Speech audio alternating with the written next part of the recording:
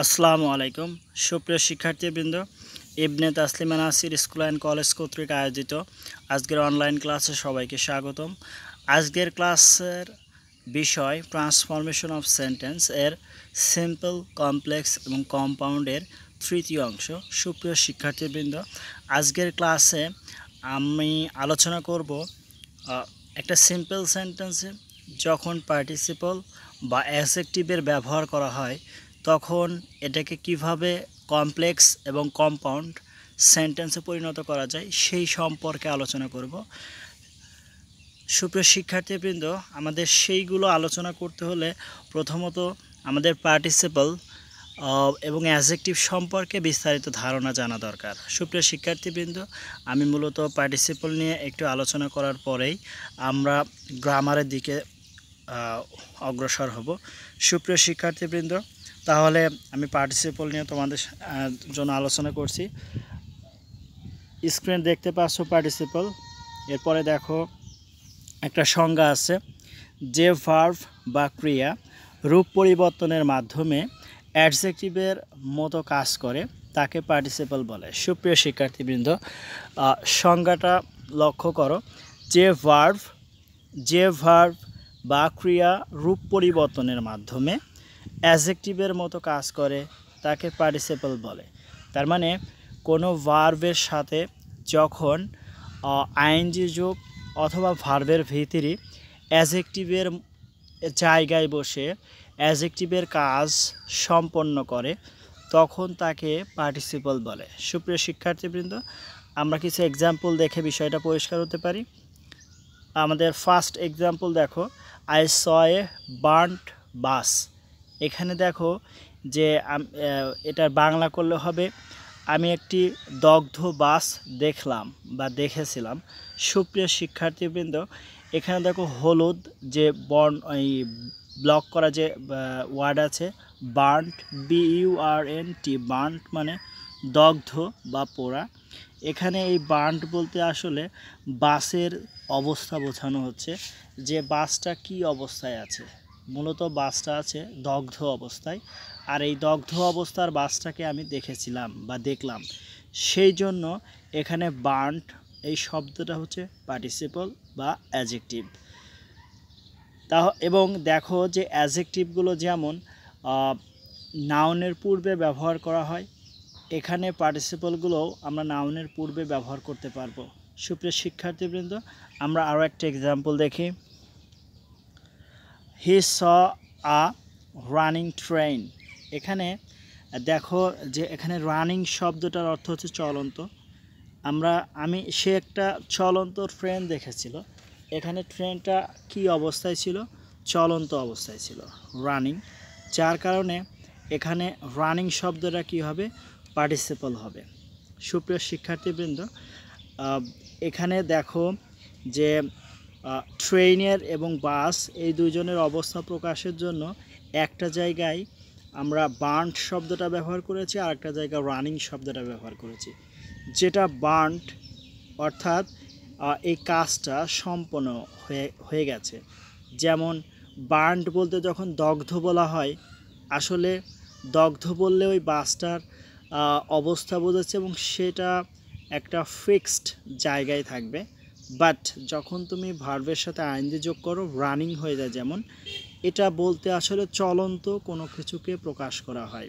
সেক্ষেত্রে এই দুইটা পার্টিসিপল হলেও দুইটার দুই ধরনের নামকরণ করতে পারি আমরা।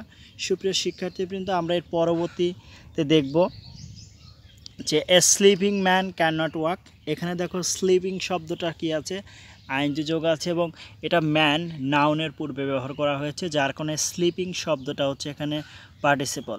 এখানে দেখো হলুদ ব্লক করা যে শব্দগুলো আছে প্রত্যেকটা শব্দই নাউনের পূর্বে ব্যবহার করা হয়েছে এবং এরা নাউনের কে বিশেষভাবে প্রকাশ করছে বা নাউনের অবস্থা প্রকাশ করছে, যার কারণে এই শব্দগুলোকে আমরা কি বলবো?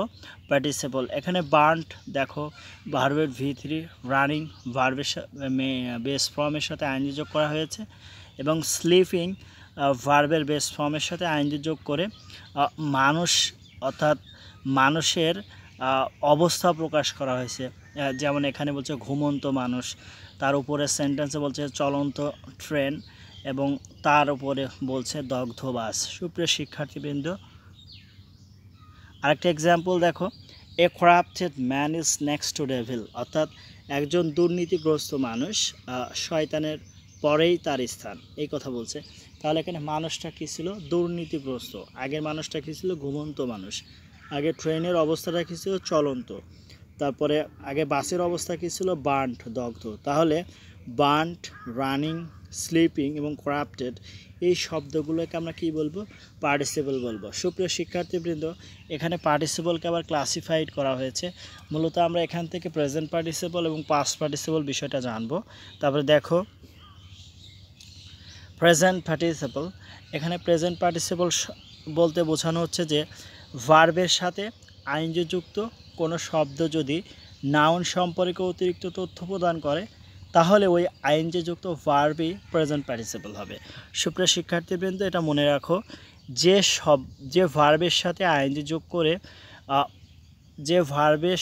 আইএনজি যোগ করে অ্যাডজেক্টিভের কাজ সম্পন্ন করা হয়, সেই ভার্বই মূলত প্রেজেন্ট পার্টিসিপল। আমরা কিছু এক্সাম্পল দেখি।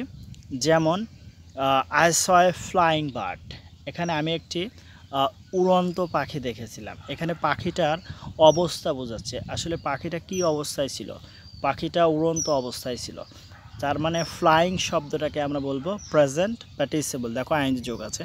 তারপরে দেখো a sleeping man can not walk, এখানে দেখো ম্যান কি অবস্থায় আছে? স্লিপিং অবস্থায় আছে, যার কারণে স্লিপিং শব্দটা কি হবে?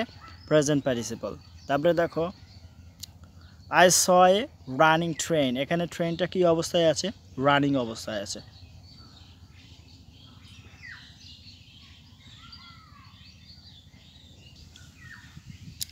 সুপ্রিয় শিক্ষার্থীবৃন্দ, আমরা পরবর্তী দেখব পাস্ট পার্টিসিপল। পাস্ট পার্টিসিপল বলতে ভার্বের যত ভিথি আছে সবগুলোকে বোঝানো হয়, এবং এরা সেন্টেন্সে অ্যাডজেক্টিভের ন্যায় আচরণ করতে পারে। আমরা দেখি এর সংজ্ঞাটা। ভার্বের পার্টিসিপল যখন নাউন সম্পর্কে অতিরিক্ত তথ্য প্রদান করে তখন তাকে পাস্ট পার্টিসিপল বলে। এখানে ভার্বের V3কে বলা হয় পাস্ট পার্টিসিপল। আমি আরেকবার সংজ্ঞাটা পড়ছি। ভার্বের পাস্ট পার্টিসিপল যখন নাউন সম্পর্কে অতিরিক্ত তথ্য প্রদান করে তখন তাকে পাস্ট পার্টিসিপল বলে। যেমন he is a learned man, he is a learned, বা সে একজন বিদ্বান ব্যক্তি। এখানে লার্নেড বলতে বিদ্বান বোঝাচ্ছে। লার্ন থেকে লার্নেড করা হয়েছে, দেখো ইডি যোগ আছে, এবং এটা ম্যান নাউনকে মডিফাই করছে বা নাউন সম্পর্কে অতিরিক্ত তথ্য দিচ্ছে, যার কারণে লার্নেড শব্দটা হচ্ছে পাস্ট পার্টিসিপল। তারপরে দেখো this is a broken chair, এখানে চেয়ারের অবস্থা বোঝানো হচ্ছে চেয়ারটা কেমন ছিল। চেয়ারটা হচ্ছে ব্রকেন, দ্যাট মিন্স ভাঙ্গা চেয়ার, অর্থাৎ এটা একটা ভাঙ্গা চেয়ার। তার মানে এখানে ভাঙ্গা, ব্রকেন, এই শব্দটা হচ্ছে পাস্ট পার্টিসিপল, এবং এটা চেয়ার নাউনকে মডিফাই করছে বা অতিরিক্ত তথ্য প্রদান করছে। Another example is a fallen man cannot be successful, অর্থাৎ একজন ব্যর্থ মানুষ সফল হতে পারে না। এখানে ফলেন, ফল থেকে ফলেন ব্যবহার করা হয়েছে। মূলত ফলেন শব্দটা হচ্ছে ভার্বের V3। তার মানে আমাদের প্রথমটা দেখো ভার্বের V3 ছিল, ইডি যোগ করা হয়েছে। তারপরে দেখো ব্রোকেন, তারপরে দেখো ফলেন, এবং প্রত্যেকটা এই হলুদ ব্লক করা শব্দের পরে দেখো নাউন আছে। প্রথম দেখো ম্যান আছে, তারপরে চেয়ার, তারপরে man. Another example is I need a written document, এখানে ডকুমেন্টটা কী অবস্থায় থাকতে হবে? কী অবস্থার প্রয়োজন? লিখিত। তার মানে লিখিত শব্দটা হচ্ছে এখানে পাস্ট পার্টিসিপল। তাহলে লার্নেড, ব্রোকেন এবং ফলেন, রিটেন, এই শব্দগুলো মূলত পাস্ট পার্টিসিপল এবং অ্যাডজেক্টিভের জায়গা দখল করেছে, যার কারণে এরা পাস্ট পার্টিসিপল এবং অ্যাডজেক্টিভ। সুপ্রিয় শিক্ষার্থীবৃন্দ, তাহলে আমাদের একটা বিষয় পরিষ্কার হয়ে গেল, যখন আইএনজি যুক্ত কোনো ভার্ব অথবা ভার্বের ভিতরে অ্যাডজেক্টিভের জায়গায় বসে অতিরিক্ত তথ্য প্রদান করবে নাউন সম্পর্কে, তখন তাকে বলা হয় পার্টিসিপল। এখন যদি আইনযুক্ত শব্দ থাকে তাহলে প্রেজেন্ট পার্টিসিপল, যদি V3 থাকে তাহলে পাস্ট পার্টিসিপল। সুপ্রিয় শিক্ষার্থীবৃন্দ, আহ, এই এই বিষয়গুলো মনে রাখতে হবে। এবং আরেকটা বিষয় মনে রাখো যে এই অ্যাজেক্টিভগুলো অবশ্যই নাউনের পূর্বে ব্যবহার করতে হবে। যখন এই অ্যাজেক্টিভগুলো নাউনের পূর্বে ব্যবহার করবা তখন এই অ্যাজেক্টিভ দিয়ে আমরা কমপ্লেক্সে একটা সাবঅর্ডিনেট ক্লজ তৈরি করতে পারি। তাহলে এই যে পাস্ট পার্টিসিপল বা প্রেজেন্ট পার্টিসিপল বা এমনি অ্যাজেক্টিভ থাকতে পারে, এই অ্যাজেক্টিভগুলো দিয়ে আমরা কি করতে পারবো, একটা সাবঅর্ডিনেট ক্লজ তৈরি করতে পারবো। সুপ্রিয় শিক্ষার্থীবৃন্দ, একটা সিম্পল সেন্টেন্সে যখন এগুলো ব্যবহার করা হবে আমাদের মেইন উদ্দেশ্যই থাকবে যে এই যে অ্যাজেক্টিভগুলো বা প্রেজেন্ট পার্টিসিপল বা পাস্ট পার্টিসিপল যখন ব্যবহার করা হয় তখন এইগুলো দিয়ে একটা সাবঅর্ডিনেট ক্লজ তৈরি করলেই মূলত আমাদের একটা বাক্য কমপ্লেক্স হয়ে যাবে। আমরা এখন আমাদের সিম্পল থেকে আমরা কিভাবে কমপ্লেক্স এবং কম্পাউন্ড পরিণত করব, সুপ্রিয় শিক্ষার্থীবৃন্দ, আমরা সেই বিষয় নিয়ে এখন আলোচনা করব। আরেকটা বিষয়, অবশ্যই প্রেজেন্ট পার্টিসিপল এবং পাস্ট পার্টিসিপল বিষয়টা সম্পর্কে আগেই ধারণা পরিষ্কার রাখতে হবে। যার কারণে আমি এই নিয়মগুলো দুইটা শেখানোর জন্য আগে প্রেজেন্ট পার্টিসিপল এবং পাস্ট পার্টিসিপল নিয়ে আলোচনা করলাম। সুপ্রিয় শিক্ষার্থীবৃন্দ, আমরা এখন আলোচনা করব কিভাবে সিম্পল থেকে কমপ্লেক্স এবং কম্পাউন্ড পরিণত করা যায়। সুপ্রিয় শিক্ষার্থীবৃন্দ, তাহলে পার্টিসিপল এবং অ্যাডজেক্টিভ যখন সেন্টেন্স সিম্পল সেন্টেন্সে বিদ্যমান থাকবে তখন আমাদের যে নিয়মটা ফলো করতে হবে একটু লক্ষ্য করো, যে কমপ্লেক্স করতে হলে প্রথমে সাবজেক্ট, দ্যাট মিন্স একটা নাউন ব্যবহার করতে হবে। এখন মূলত তোমরা যে বিষয়টা খেয়াল করবা যে এই সাবজেক্টটা হচ্ছে কম্বাইন্ড সাবজেক্ট হতে পারে বা কম্বাইন্ড অবজেক্ট হতে পারে। যদি কম্বাইন্ড সাবজেক্ট হয় তাহলে দেখবা যে এই নাউনের পূর্বে একটা কি থাকবে, এই পার্টিসিপল থাকবে বা অ্যাডজেক্টিভ থাকবে। তাহলে আমাদের কাজ হবে যখন কোনো কম্বাইন্ড সাবজেক্ট, এখানে কম্বাইন্ড সাবজেক্ট বলতে একাধিক শব্দ নিয়ে যখন কোনো সাবজেক্ট তৈরি করা হয় তখন বলা হয় এটাকে কম্বাইন্ড সাবজেক্ট। সুপ্রিয় শিক্ষার্থীবৃন্দ, তাহলে সাবজেক্টটা যদি একাধিক শব্দ মিলে হয় তাহলে দেখবা যে নাউনের পূর্বে একটা অ্যাডজেক্টিভ বা পার্টিসিপল থাকবে। তখন ওই অ্যাডজেক্টিভ বা পার্টিসিপল দিয়ে আমরা একটা ক্লজ তৈরি করব। সেক্ষেত্রে আমাদের কাজ হবে প্রথমে এই সাবজেক্ট বা নাউনটুকু ব্যবহার করব, তারপরে রিলেটিভ প্রোনাউন হিসেবে হু হুইজ দ্যাট ব্যবহার করব, তারপরে বি ভার্ব ব্যবহার করব, প্লাস যে পার্টিসিপল বা অ্যাডজেক্টিভগুলো নাউনের পূর্বে থাকে সেইগুলো ব্যবহার করব। তাহলে আমাদের প্রথম কাজ হচ্ছে সাবজেক্ট বা নাউন ব্যবহার করো, তারপরে হু হুইজ দ্যাট রিলেটিভ প্রোনাউন হিসেবে ব্যবহার করবা, তারপরে বি ভার্ব ব্যবহার করবা এবং তারপরে ব্যবহার করো পার্টিসিপল অথবা অ্যাডজেক্টিভ। এখানে পার্টিসিপলও থাকতে পারে, অ্যাডজেক্টিভও থাকতে পারে। তারপরে ব্যবহার করবা main verb plus extension. Main verb সেন্টেন্সে থাকবেই, সেটা ব্যবহার করতে হবে। তারপরে এক্সটেনশন। সুপ্রিয় শিক্ষার্থীবৃন্দ, এটা হচ্ছে কমপ্লেক্সের নিয়ম ছিল। আমরা এক্সাম্পল দিয়ে এটাকে পরিষ্কার করব। আর আরেকটা নিয়ম আমরা দেখি কম্পাউন্ডের, যে সাবজেক্ট অর্থাৎ যে নাউন আছে ওইটাকেই, তারপরে বি ভার্ব ব্যবহার করো, তারপরে পাস্ট পার্টিসিপল অথবা এখানে পার্টিসিপল অথবা অ্যাডজেক্টিভ যাই থাকুক ব্যবহার করবে, তারপরে অ্যান্ড, তারপরে সাবজেক্ট নিয়ে বাকি অংশ ব্যবহার করলেই কম্পাউন্ড হয়ে যাবে। অর্থাৎ এখানেও কম্পাউন্ড সেন্টেন্সে দুই ক্লজের মাঝে কি ব্যবহার করতে হবে, অ্যান্ড ব্যবহার করতে হবে। সুপ্রিয় শিক্ষার্থীবৃন্দ, তাহলে আমরা একটা এক্সাম্পল দেখি। প্রথম এক্সাম্পলটা আমাদের কি আছে, এ স্লিপিং ম্যান ক্যানট ওয়াক। আর সুপ্রিয় শিক্ষার্থীবৃন্দ, এখানে দেখো এ স্লিপিং ম্যান এই অংশটুকু হচ্ছে সাবজেক্ট এবং এটা হচ্ছে কম্বাইন্ড সাবজেক্ট। কারণ তোমরা লক্ষ্য করো যে এখানে ক্যানট এটা মডাল ভার্ব, এর পূর্বে যে তিনটা ওয়ার্ড আছে এ, স্লিপিং এবং ম্যান, এই তিনটা ওয়ার্ড মিলে একটা সাবজেক্ট তৈরি করছে, যার কারণে এখানে স্লিপিং ম্যান হচ্ছে কম্বাইন্ড সাবজেক্ট। এখানে দেখো ম্যানের পূর্বে একটা শব্দ আছে যার সাথে আইএনজি যোগ করা আছে এবং এটা অ্যাডজেক্টিভের ন্যায় আচরণ করছে। এর অর্থ দাঁড়াবে একজন ঘুমন্ত মানুষ। এই যে ঘুমন্ত শব্দটা, এটা হচ্ছে এক ধরনের বিশেষণ এবং এটা এই ম্যান নাউন সম্পর্কে তথ্য প্রদান করছে যে এই মানুষটা ঘুমন্ত অবস্থায় আছে। সেক্ষেত্রে এই স্লিপিং দিয়ে আমরা এখন একটা ক্লজ তৈরি করতে পারবো। সেজন্য আমাদের উচিত হবে যে স্লিপিং শব্দটাকে এখান থেকে উঠাই দিব। তাহলে আমরা প্রথমে লিখব এ ম্যান, তারপরে দেখব যে আমরা বলছিলাম যে নাউন নিব, তাহলে নাউন হচ্ছে এ ম্যান। এরপরে আমাদের লিখতে হবে relative pronoun who whose that, যেহেতু এখানে ব্যক্তি বোঝাচ্ছে তাহলে হু হবে, আর বস্তু বোঝালে হুইজ বা দ্যাট ব্যবহার করতে হবে। সেক্ষেত্রে আমাদের লিখতে হবে এ ম্যান হু। তারপরে দেখো যেহেতু আমরা অ্যাডজেক্টিভ বা পার্টিসিপল ব্যবহার করব, তাহলে বিভার ব্যবহার করব। যেহেতু ঘুমন্ত অথবা চলমান ক্রিয়া বোঝাচ্ছে, যার কারণে আমরা লিখব a man who is sleeping. বাকি অংশ কি আছে? Can not work.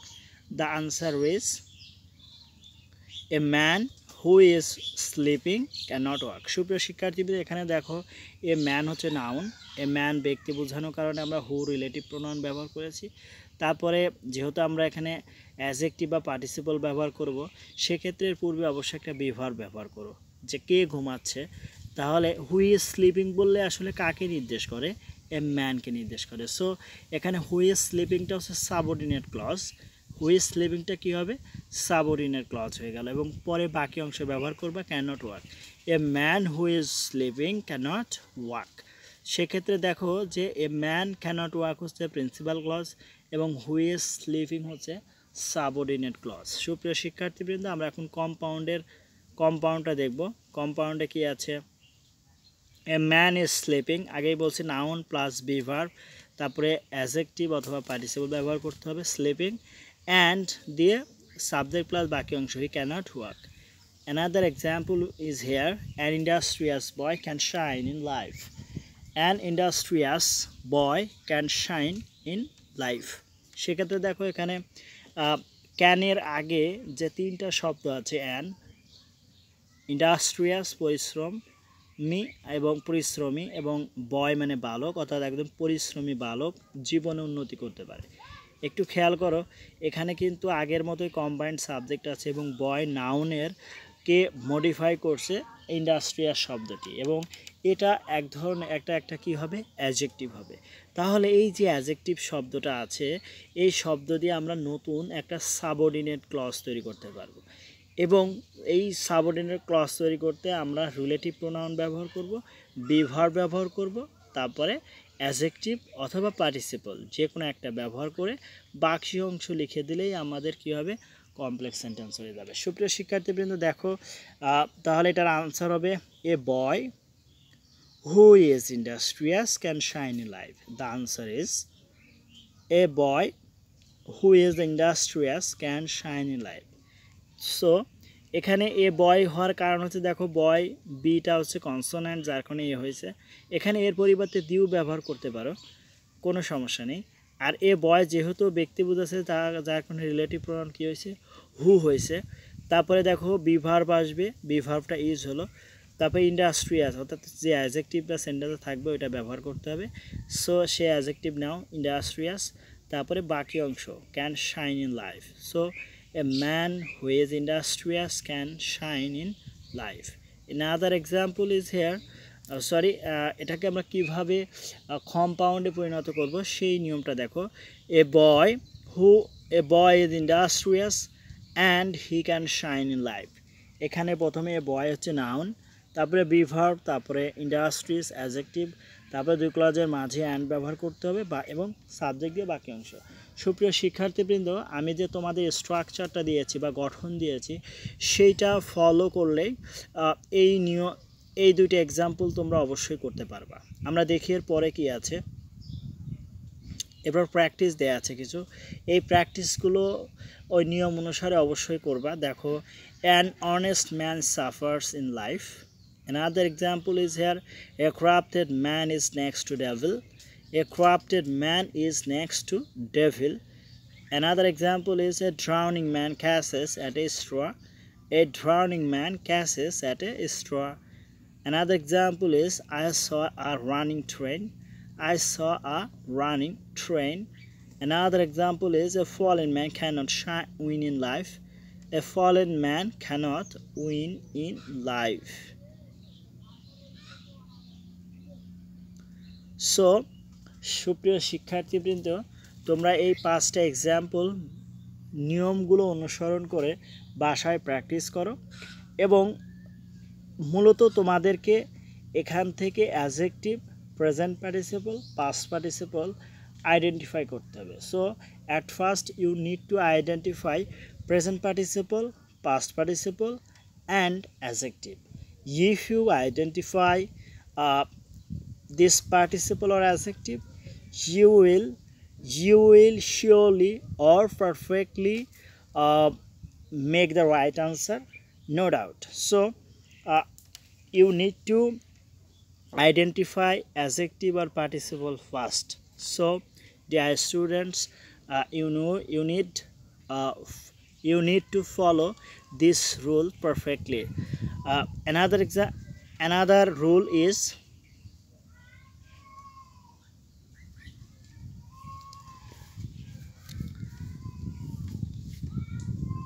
সুপ্রিয় শিক্ষার্থীবৃন্দ,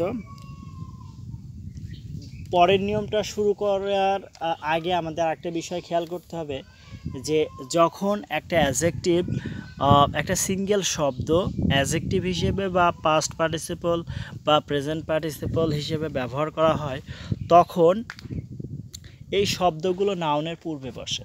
তখন শব্দগুলো কোথায় বসবে? নাউনের পূর্বে বসবে। এবং যখন কোনো ফ্রেজ অ্যাডজেক্টিভ ফ্রেজ বা প্রেজেন্ট পার্টিসিপল ফ্রেজ বা পাস্ট পার্টিসিপল ফ্রেজ ব্যবহার করা হয় সেন্টেন্সে, তখন এরা নাউনের পরে বসে।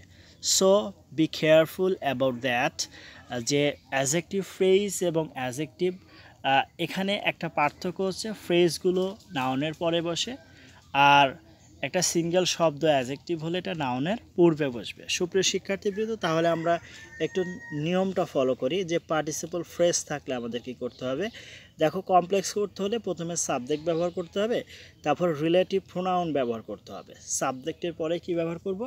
রিলেটিভ প্রোনাউন ব্যবহার করব। তারপরে রিলেটিভ প্রোনাউন হিসেবে আসবে হু, হু ইজ দ্যাট, তারপরে verb plus present participle plus extension. That means, তারপর কম্পাউন্ড করতে হলে সাবজেক্ট, তারপরে অক্সিলারি ভার্ব, এখানে অক্সিলারি ভার্ব অথবা বি ভার্ব যেটা হোক ব্যবহার করা যাবে। তার প্রেজেন্ট পার্টিসিপল অর্থাৎ এখানে যে ফ্রেজ থাকলে সেই ফ্রেজটাই ব্যবহার করতে হবে। এখানে not necessarily that present participle ফ্রেজই ব্যবহার করতে হবে এমনটা নয়। এখানে পাস্ট পার্টিসিপল ফ্রেজ হতে পারে, অ্যাডজেক্টিভ ফ্রেজ হতে পারে, এগুলো খেয়াল করতে হবে। আর এখানে লেখার মধ্যে আমি প্রেজেন্ট পার্টিসিপল লিখেছি, মূলত দরকার ছিল যে শুধু পার্টিসিপল ফ্রেজ লেখা। এটা একটু মনে রাখতে হবে যে এটা প্রেজেন্ট পার্টিসিপল ফ্রেজও হতে পারে, পাস্ট পার্টিসিপল ফ্রেজও হতে পারে। সুপ্রিয় শিক্ষার্থীবৃন্দ, আমরা একটা এক্সাম্পল দেখলেই বিষয়টা পরিষ্কার হবে যে the car made in Japan runs well. The car made in Japan runs well, এটার অর্থ হচ্ছে জাপানের তৈরিকৃত কারটি ভালো চলে। সুপ্রিয় শিক্ষার্থীবৃন্দ, এই সেন্টেন্সে কিন্তু মেইন ভার্ব হচ্ছে রানস। এখানে ভালো চলে কার কথা বলছে? দ্য কারের কথা বলছে। একটা মেড ইন জাপান বলতে কাকে বোঝাচ্ছে? যেটা জাপানে তৈরি। মূলত মেড ইন জাপান বলতে কিন্তু দ্য কারকে এখানে বোঝানো হচ্ছে। এবং মেড ইন জাপান এটা কিন্তু একটা অ্যাডজেক্টিভ ফ্রেজ, কারণ মেড যেহেতু ভার্বের ভিতরে ব্যবহার করা হয়েছে, তাহলে এটা হচ্ছে পাস্ট পার্টিসিপল ফ্রেজ। যদি এরকম কোনো ফ্রেজ থাকে, সেক্ষেত্রে আমাদের প্রথমে সাবজেক্ট ব্যবহার করতে হবে, তারপরে ব্যবহার করতে হবে relative pronoun who, who is that, তারপরে ব্যবহার করতে হবে যদি বি ভার্ব দরকার হয় বি ভার্ব ব্যবহার করতে হবে, তারপরে ওই ফ্রেজটা ব্যবহার করে বাকি অংশ। আমরা তাহলে দেখি যে এটার উত্তর হবে দ্য কার। তারপরে যেহেতু দ্য কার হচ্ছে বস্তু বোঝাচ্ছে, সো হুইজ ব্যবহার করতে হবে। দ্য কার হুইজ, যেহেতু এটা প্রেজেন্ট টেন্স আছে, ইজ হবে। The car which is, the car which is made in Japan runs well. So the answer is the car which is made in Japan runs well. সুপ্রিয় শিক্ষার্থীবৃন্দ, তাহলে তোমরা অবশ্যই বিষয়টা বুঝতে পেরেছো। এখানে হুইচ ইজ মেড বলতে কাকে বোঝানো হচ্ছে? দ্য কারকে বোঝানো হচ্ছে। অর্থাৎ জাপানে কী তৈরি করা হয়েছিল? The car runs well. আশা করি তোমরা এইটা বুঝতে পেরেছো। এরপরের দেখো আমরা কিভাবে কম্পাউন্ড করেছি তার একটাই দেখো। The car is made in Japan and it runs well. The car is made in Japan and it runs well.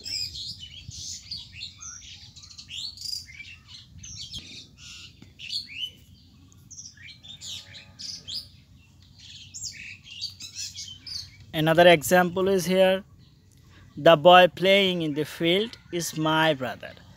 The boy playing in the field is my brother. এখানে প্লেয়িং ইন দি ফিল্ড বলতে কাকে বোঝানো হচ্ছে? The বয়কে। So এখানে playing in the field এই the boy noun সম্পর্কে তথ্য প্রদান করে, যার কারণে এটাকে বলা হয় অ্যাডজেক্টিভ ফ্রেজ। কারণ এখানে দেখো প্লেয়িং ইন দি ফিল্ড হচ্ছে একাধিক শব্দ, একের বেশি শব্দ। So playing in the field হচ্ছে একটা অ্যাডজেক্টিভ ফ্রেজ। তো এইটাকে দিয়ে আমরা একটা ক্লজ তৈরি করব আগের নিয়মেই।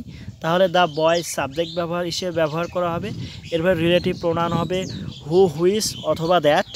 সো হু ব্যবহার করব, যেহেতু দ্য বয় হচ্ছে পার্সন বোঝাচ্ছে, ব্যক্তি বোঝাচ্ছে। সো দ্য বয় হু, তারপরে বি ভার্ব নিয়ে আসতে হবে ইজ, যেহেতু পরবর্তীতে প্রেজেন্ট টেন্স আছে। The boy who is playing in the field is my brother. এখানে বলতে এরা কিন্তু কন্টিনিউয়াস ফর্ম আছে, চলন্ত অবস্থায় আছে, যার কারণে আমাদেরকে এটা কন্টিনিউয়াস ফর্মে লিখে দিতে হবে। এটা কোনোভাবেই সাধারণভাবে লিখলে হবে না। আর সুপ্রিয় শিক্ষার্থীবৃন্দ, আমাদের একটা উত্তরটা দেখি। The boy who is playing in the field is my brother. The boy, এখানে আমরা সাবজেক্ট দেখো দ্য বয় ব্যবহার করেছি, তারপরে পার্সন ব্যক্তি বোঝাচ্ছে, যার কারণে হু ব্যবহার করেছি, তারপরে ভার্ব হিসেবে বিভার হিসেবে ইজ হয়েছে, কারণ দ্য বয়ের কারণে ইজ হয়। এখানে অ্যান্টিসিডেন্ট অর্থাৎ রিলেটিভ প্রোনাউনের পূর্বে যে অ্যান্টিসিডেন্ট থাকে সেই অ্যান্টিসিডেন্ট অনুসারে পরবর্তীতে ভার্ব নির্ধারণ হয়। সো দ্য বয়ের কারণে ভার্ব এখানে ইউজ হয়েছে, এবং পরবর্তীতে প্রেজেন্ট টেন্স আছে বলে এখানে প্রেজেন্ট হিসেবে ইউজ হয়েছে। তারপরে দেখো যে ফ্রেজটা আমাদের বিদ্যমান আছে সেই ফ্রেজটা ব্যবহার করতে হবে, প্লেয়িং ইন দ্য ফিল্ড। তারপরে দেখো বাকি অংশ ইজ মাই ব্রাদার। এখানে কম্পাউন্ডটা দেখো, the boy is playing in the field and he is my brother. The boy is playing in the field and he is my brother. সুপ্রিয় শিক্ষার্থীবৃন্দ, আশা করি তোমরা এখানে প্রেজেন্ট পার্টিসিপল বা পাস্ট পার্টিসিপল বা adjective phrase যাই ব্যবহার করা হোক না কেন তোমরা এটা বুঝতে পেরেছো, এবং আশা করি এ ধরনের কোনো স্টেটমেন্ট পরীক্ষায় আসলে এটার খুব সহজেই সমাধান করতে পারবে। আমরা কিছু প্র্যাকটিস দেখে হয়তোবা এই ক্লাস সম্পর্কে আরও পরিষ্কার ধারণা পাবো।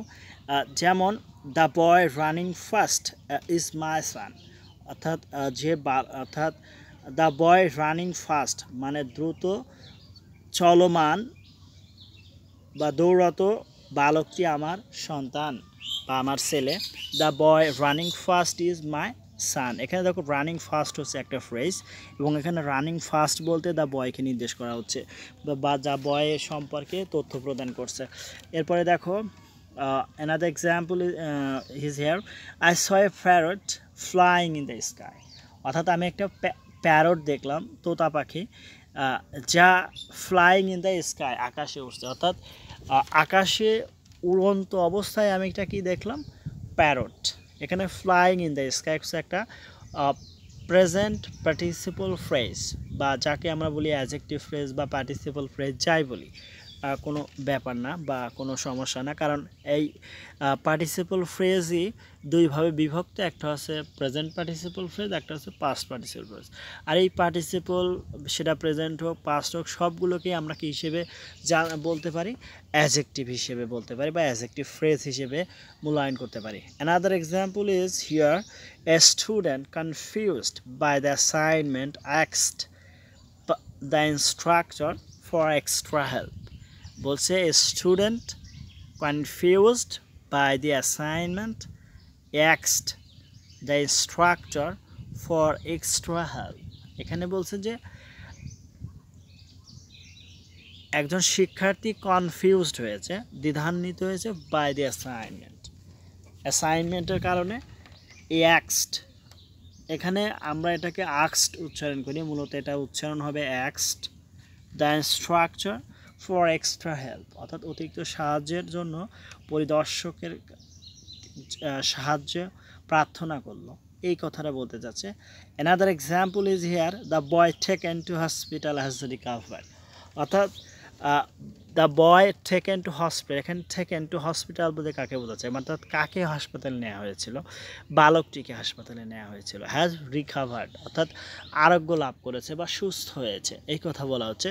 সুপ্রিয় শিক্ষার্থীবৃন্দ, আমরা দেখব এর পরে কি আছে। এটা খেয়াল করে একটু, যে আমরা যে দুইটা নিয়ম আজকে শিখলাম, একটা হচ্ছে যদি সেন্টেন্সে অ্যাডজেক্টিভ অথবা প্রেজেন্ট পার্টিসিপল অথবা পাস্ট পার্টিসিপল যাই হোক ব্যবহার করা হয়, তাহলে আমরা কিভাবে এই ধরনের সিম্পল সেন্টেন্সকে কমপ্লেক্স বা কম্পাউন্ড পরিণত করতে পারবো। আমাদের প্রথম কাজ ছিল যে আগে আইডেন্টিফাই করতে হবে এখানে কোনটা অ্যাডজেক্টিভ বা কোনটা পার্টিসিপল, সেটা প্রেজেন্ট পার্টিসিপল হোক পাস্ট পার্টিসিপল হোক, আমাদের প্রথমত আইডেন্টিফাই করতে হবে। তারপরে আমাদের ওই যে প্রেজেন্ট পার্টিসিপল অথবা অ্যাডজেক্টিভ এটাকে বের করে দিতে হবে, অর্থাৎ সাবজেক্টের মধ্যে থাকলে ওখান থেকে বের করে দিতে হবে, বা অবজেক্টের মধ্যে থাকলেও ওই অংশ থেকে কী করে দিতে হবে, বের করে দিতে হবে। এখন বের করার পরে আমাদের যে কাজটা থাকবে, প্রথমে বের করার পরে যে নাউনটুকু থাকবে ওইটাকে সাবজেক্ট হিসেবে লিখতে হবে।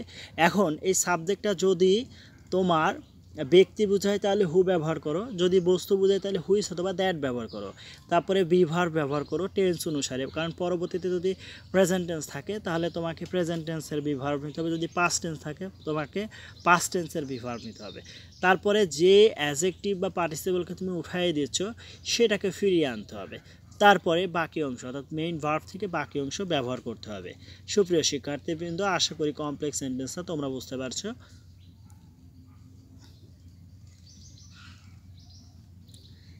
এবং পরবর্তী যে নিয়মটা ছিল ফ্রেজ থাকলে আমরা কি করব। সুপ্রিয় শিক্ষার্থীবৃন্দ, এটাও কিন্তু খুবই সহজ, যে ফ্রেজ থাকলে যেহেতু ফ্রেজটা নাউনের পরে থাকে আর অ্যাডজেক্টিভগুলো কোথায় থাকে, নাউনের পূর্বে থাকে, কারণ এটা একটা সিঙ্গেল শব্দ, একটা শব্দ, কিন্তু ফ্রেজগুলো হচ্ছে একাধিক শব্দ, যা এখন এটা কোথায় ব্যবহার করা হয়, নাউনের পরে ব্যবহার করা হয়। আর নাউনের পরে ব্যবহার করলে তাহলে আমাদের কাজ থাকবে প্রথমে যে অংশটুকু হচ্ছে নাউন বা সাবজেক্ট, সেই অংশটুকু আমরা আগে লিখব। তারপর রিলেটিভ প্রোনাউন ঠিক আগের মতোই ব্যবহার করব, যে হু, হুইজ, দ্যাট, এখানে ব্যক্তি বোঝালে হু, বস্তু বোঝালে হুইজ বা দ্যাট ব্যবহার করতে হবে। তারপরে বি ভার্ব ব্যবহার করব আমরা। তারপরে যে ফ্রেজটুকু আছে সেই ফ্রেজটা ব্যবহার করে তারপরে বাকি অংশ লিখে দিব। এটাই হচ্ছে নিয়ম। সুপ্রিয় শিক্ষার্থীবৃন্দ, আশা করি তোমরা এই নিয়মটাও বুঝতে পেরেছো। তাহলে আমি ট্রান্সফরমেশন অফ সেন্টেন্সে সিম্পল থেকে কিভাবে কমপ্লেক্স এবং কম্পাউন্ড সেন্টেন্সগুলো তৈরি করা যায় সেই নিয়মগুলো সম্পর্কে আমি তোমাদের জানালাম, আলোচনা করলাম। এখন তোমাদের কাজ হচ্ছে এগুলো বাসায় বসে প্র্যাকটিস করা, কারণ আমরা জানি practice makes a man perfect. যদি তোমরা সঠিকভাবে এই এক্সাম্পলগুলো বাসায় প্র্যাকটিস করো তাহলে আশা করব তোমাদের এটা সম্পর্কে যে অস্পষ্ট ধারণা বা তোমাদের না জানা বা না পারা, এই সব প্রশ্নের উত্তর তোমরা পেয়ে যাবে। আর আরেকটা বিষয় হচ্ছে, আমরা শুধু সিম্পল থেকে যে কমপ্লেক্স বা কম্পাউন্ড করব তা কিন্তু নয়, আমরা কমপ্লেক্স থেকেও কিভাবে সিম্পলে আসা যায় বা কম্পাউন্ডে আসা যায় সেই বিষয়টা নিয়ে আমরা আলোচনা করব এই ক্লাসে নয়, এটা হচ্ছে চতুর্থ অংশে আলোচনা করব। আমরা প্রথম, দ্বিতীয় এবং তৃতীয় অংশ শেষ করলাম ইতোমধ্যেই। সুপ্রিয় শিক্ষার্থীবৃন্দ, আমরা চতুর্থ অংশে আলোচনা করব কিভাবে একটা কমপ্লেক্স সেন্টেন্সকে সিম্পল এবং কম্পাউন্ডে পরিণত করা যায়। সেই কামনায়, সেই প্রত্যাশায় সবাইকে আবারও ধন্যবাদ জানিয়ে আজকের মতো এখানে শেষ করছি। ধন্যবাদ সবাইকে।